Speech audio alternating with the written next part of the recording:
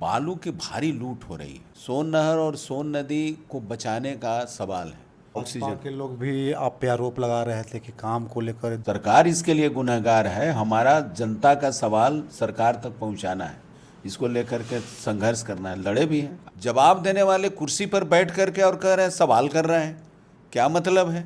नमस्कार, मैं रोहित, आप देख रहे हैं बिहारी कलम।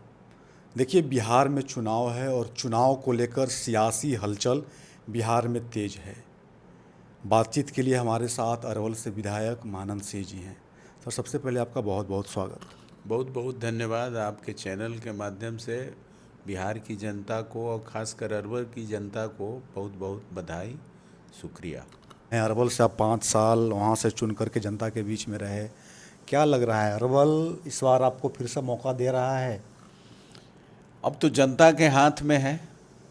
जनता के बीच हमारा जो जिम्मेवारी थी मैंने किया, बखूबी कर रहे हैं।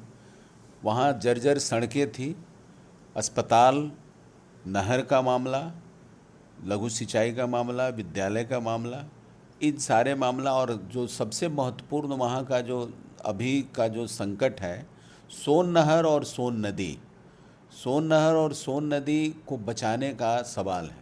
इसको लेकर के हम 18 तारीख से 27 तारीख तक हम लोगों का पदयात्रा शुरू होगा, यात्रा शुरू होगा। इंद्रपुरी से लेकर पटना तक का यात्रा शुरू होगी, जिसमें जगह जगह पर सभाएं होगी। 23 तारीख को अरवल में विशाल सभा होगी, जिसमें महासचिव कॉमरेड दीपंकर भट्टाचार्य शामिल होंगे। और उस इलाका में जहां सोन नदी, सोन नहर का जो दोहन हो रहा है, इसमें थोड़ा सा बताइए, सोन नदी को लेकर बहुत लोग जानना चाह रहे हैं, क्या हो रहा है इसमें, मतलब कौन कौन लोग हैं? जिस तरह से बालू का निकासी हो रहा है, हम ये नहीं कह रहे हैं, जो सरकारी बालू निकासी का जो प्रावधान था उस तरीक़ा से होता तो लोगों का रोज़गार भी मिलता। और ये जो प्राइवेट तरीके से प्राइवेट हाथ में दे दिया जा रहा है, माफिया को दे दिया जा रहा है, उससे होता है क्या कि बालू की भारी लूट हो रही है। और लूट होने से सोन नदी का बालू निकाल दिया जा रहा है, उससे 6 तरह के समस्याएं उत्पन्न हो गया। और 6 तरह के समस्या उत्पन्न हुआ है। इसको लेकर के विधानसभा में हम सरकार का ध्यान आकृष्ट कराया था। 2 बार विधानसभा में सवाल उठाया, ध्यानाकर्षण सवाल भी हमने किया और वो पटल पर आया। तो सरकार असल में लुटेरों के हाथ में पूरे बिहार को दे दिया है। जहाँ से सरकार के ही लोग हैं वहाँ माफिया गिरी में? सरकार के टेंडर सरकार के द्वारा दिया जाता है और उसमें पूरे प्रशासन से लेकर के सारे लोग उसमें शामिल रहते हैं।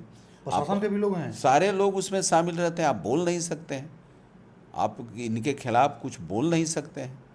ये माहौल बना दिया गया है, पूरे सरकारी तंत्र वहाँ खड़ा है। और वो इलाका में मैंने कहा कि बालू के निकासी से 6 तरह के जो समस्या हो रहा है, उसमें पहला तो वाटर लेवल नीचे जल स्तर नीचे, पेयजल का संकट हो गया है, भारी पेयजल का संकट है। उसके बाद आप देखिएगा कि वहाँ जो फसल इलाके में जो बालू निकाला जाता है, गाड़ियाँ चलती हैं, तो जो सड़क बनाते हैं मेन रोड तक आने तक, उसमें काफ़ी धूलकण उड़ता है, जिससे गांव वाले लोगों को सांस की बीमारी, आँख की बीमारी हो रही है।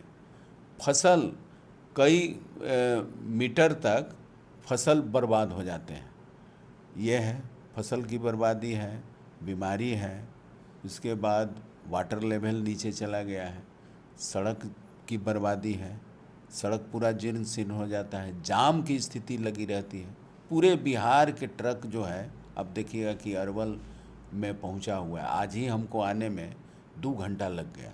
इन सब से निजात नहीं मिल पाया तो जनता तो फिर आपसे ही प्रश्न करेगी जाएंगे तो? हम लोग तो लड़ रहे हैं इसको लेकर के विधानसभा में। हमारी सरकार तो है नहीं, सरकार ही इसके लिए गुनहगार है ना, सरकार इसके लिए गुनहगार है। हमारा जनता का सवाल सरकार तक पहुंचाना है, इसको लेकर के संघर्ष करना है। लड़े भी हैं, इसको लेकर के पदयात्रा कर रहे हैं, हम मुहिम चला रहे हैं, हम चुप नहीं हैं।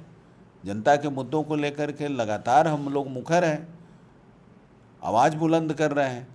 पिछले बार विधानसभा में आवाज़ बुलंद किए, आवाज़ उठाया, जिसका नतीजा हुआ कि सड़क जाम को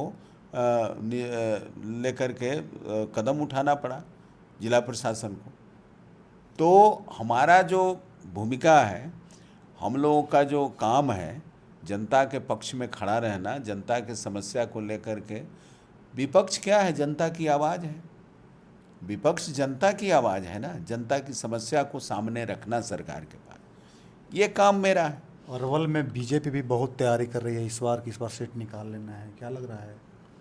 हर बार तो तैयारी करती ही है, और बाकी उसको अरेंज करके तैयारी करने की बात हो तो अलग बात है, महाराष्ट्र की तरह। इस बार प्रशांत किशोर भी आएंगे, चिराग पासवान भी दावा कर रहे हैं, अगर सब लोग आ जाएंगे तो क्या लग रहा है आपको, परेशानी नहीं होगा सीट निकालने में? जनता देखती है, जनता देखती है कि सुख दुख में हमने जो वादा किया था कि जीतने के बाद मैं अरवल छोड़ूंगा नहीं, जनता के सुख दुख में खड़ा रहूंगा, हर संकट में खड़ा रहेंगे, ये मैंने वादा किया। वो 5 साल पूरा करने का काम किया।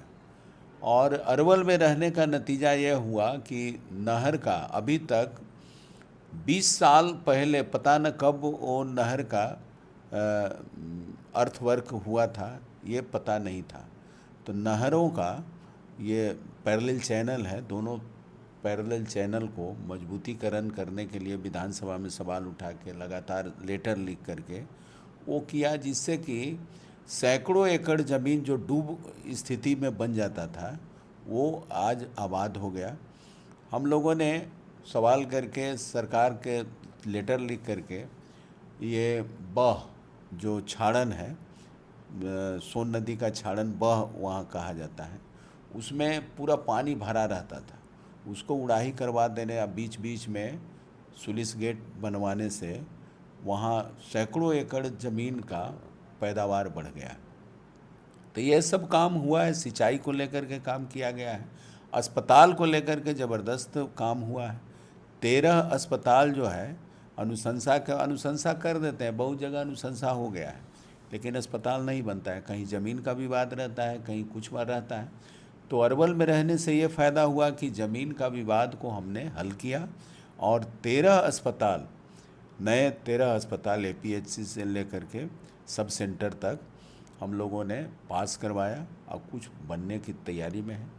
सदर अस्पताल में पहला आप देखिएगा कि PMCH में ऑक्सीजन प्लांट लगा था, उस समय अरवल में ऑक्सीजन प्लांट, अरवल का क्या वजूद है, लेकिन हम लोगों ने विधानसभा में ज़ोरदार सवाल उठाया था। और वहाँ हम लोगों के कोरोना काल में जो जनता की जो स्थिति थी उसमें हम लोगों की भूमिका अहम थी। तो इसको देख करके विभाग ने वहाँ भाजपा ऑक्सीजन, के लोग भी आप पे आरोप लगा रहे थे कि काम को लेकर 2 तरह का काम करते हैं, कुछ लोगों को काम नहीं करते हैं, कुछ लोग काम करते हैं, ऐसा आरोप लगा रहे थे भाजपा के नेता लोग। ऐसा तो हम लोग नहीं, हमारे पास जो भी आते हैं उनका मैं काम करता हूँ। हम ये डिवीज़न नहीं करते हैं कि आपने वोट दिया है कि नहीं। हमारे नज़र में हमारे इलाके के जो भी जनता है उसके तो ये है। आप जान लीजिए कि सबसे महत्वपूर्ण 20 साल से इनकी सरकार है, भाजपा की ही सरकार है, भाजपा गठबंधन की सरकार है। मधु शर्मा में आज तक पर्यटन स्थल का दर्जा नहीं मिला था। लड़ करके संघर्ष करके उस विभाग में, उसी समिति में होने के नाते हम लगातार समिति में सवाल उठाते उठाते आज मधु शर्मा को पर्यटन स्थल का दर्जा दिया गया, और वहाँ फंड भेजवाने का काम किया, और आज पर्यटन स्थल के रूप में विकसित हो रहा है। ये अरवल का ये गौरव की बात है। उसी तरह से ये आप जनकपुर धाम, मखदूम साहब के मज़ार, उसको भी पर्यटन स्थल की श्रेणी में लाने का काम किया है। अब वहाँ फंड भेजवाने के लिए अब जद्दोजहद चल रहा है, ये वहाँ भी विकसित किया जाएगा। तो ऐसा नहीं है कि हम तो इस मामले में देखिएगा कि धर्म के मामले में हम लोग कुछ ज़्यादा इसको तवज्जो नहीं देते हैं। कम्युनिस्ट लोग हैं और जनता के सेवा में को ही हम लोग धर्म मानते हैं। ये पूजा पाठ वो उस तरह के ढोंग ढकोसला में हम लोग भरोसा नहीं रखते।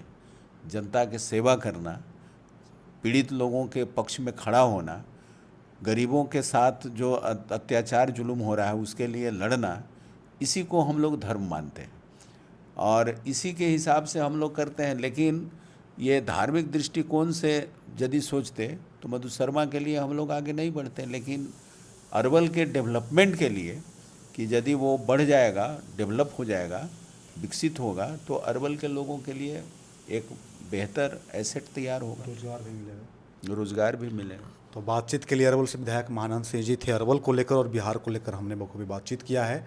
आप अगर कुछ सोचते हैं तो ज़रूर कमेंट में अपनी राय दें। आप देखते रहिए बिहारी कलम को। अगर फेसबुक इंस्टाग्राम पर देख रहे हैं तो फॉलो, यूट्यूब पे सब्सक्राइब करें। तब तक के लिए नमस्कार।